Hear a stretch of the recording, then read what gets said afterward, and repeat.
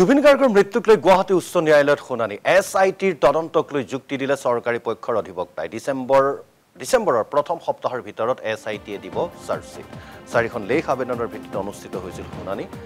SITৰ চাৰ্জশ্বিটলৈ অপেক্ষা কৰিব উচ্চ ন্যায়ালয়ে 17 ডিচেম্বৰত অনুষ্ঠিত হ'ব গোচৰটোৰ পৰৱৰ্তী শুনানি SITৰ তদন্তক লৈ যুক্তি দিলে চৰকাৰী অধিবক্তাই ডিচেম্বৰৰ প্ৰথম সপ্তাহৰ ভিতৰতেই SITয়ে দিব চাৰ্জশ্বিট আৰু 17 ডিচেম্বৰত অনুষ্ঠিত হ'ব গোচৰটোৰ পৰৱৰ্তী শুনানি SITৰ চাৰ্জশ্বিটলৈ অপেক্ষা উচ্চ ন্যায়ালয়ৰ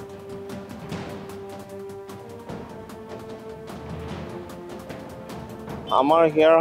আমঠু জুবিন গাৰ্গ ডাঙৰীয়াৰ আপোনাৰ যেটো আপোনাৰ সন্দেহজনক মৃত্যু এই মৃত্যুটো আজি প্ৰায় 2 মাহ হ'বই হৈছে আপোনাৰ 19 তাৰিখে গতিকে এই সম্বন্ধে আপোনাৰ মহামান্য গুৱাহাটী উচ্চ ন্যায়ালয়ত অলৰেডি আপোনাৰ 4খন লেখ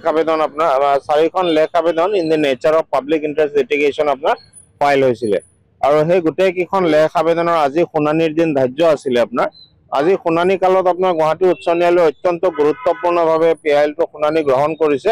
আৰু শুনানি কালত মানে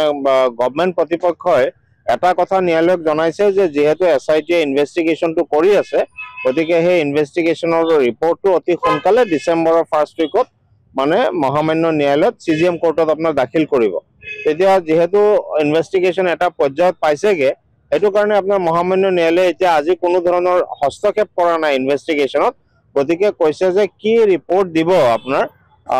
মহামান্য আপোনাৰ চিফ জুডিচিয়েল মেজিষ্ট্ৰেটৰ কোৰ্টত এই ৰিপৰ্টটো পৰ্যবেক্ষণ কৰিব আৰু সেই ৰিপৰ্টটো আগতে দি ল'ব দিছে গতিকে দি লোৱাৰ পিছত এই গোচৰৰ পৰৱৰ্তী শুনানিৰ দিন অহা 17 ডিচেম্বৰ আপোনাৰ 2025 তাৰিখে আকৌ ধাৰ্য কৰিছে আপোনাৰ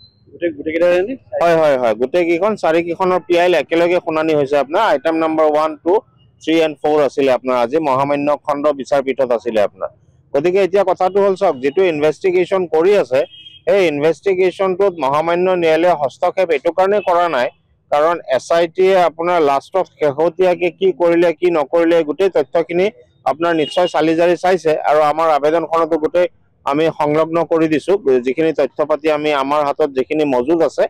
আৰু এতিয়া কথাটো হ'ল যে যদি চাৰ্জশ্বিটত ধৰক আমি কিবা লেকুনা দেখো ধৰি লওক কেনেকুৱা ধৰণৰ ইনভেষ্টিগেশ্যন হৈছে কি নাই হোৱা তেতিয়ালে আইনত এটো প্ৰভিজন আছে যে ফাৰ্দাৰ ইনভেষ্টিগেশ্যন আপোনাৰ পুনৰাই অনুসন্ধান কৰিবৰ কাৰণে আপোনাৰ মহামান্য ন্যায়ালয়ে আপোনাৰ ডাইৰেকচন দিব পাৰে জুবিন গাৰ্গৰ মৃত্যুক লৈ গুৱাহাটী উচ্চ ন্যায়ালয়ত শুনানি SITৰ তদন্তক লৈ যুক্তি দিলে চৰকাৰী পক্ষৰ অধিবক্তাই ডিচেম্বৰৰ প্ৰথম সপ্তাহৰ ভিতৰত SITয়ে দিব চাৰ্জশ্বিট 4খন লেখ আবেদনৰ ভিত্তিত অনুষ্ঠিত হৈছিল শুনানি SITৰ চাৰ্জশ্বিটলৈ অপেক্ষা কৰিব উচ্চ ন্যায়ালয়ে 17 ডিচেম্বৰত অনুষ্ঠিত হ'ব গোচৰটোৰ পৰৱৰ্তী শুনানি SITৰ তদন্তক লৈ যুক্তি দিলে চৰকাৰী অধিবক্তাই ডিচেম্বৰৰ প্ৰথম সপ্তাহৰ ভিতৰতেই SITয়ে দিব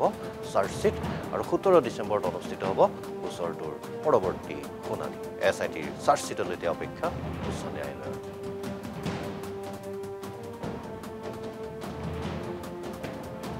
আমাৰ হিয়াৰ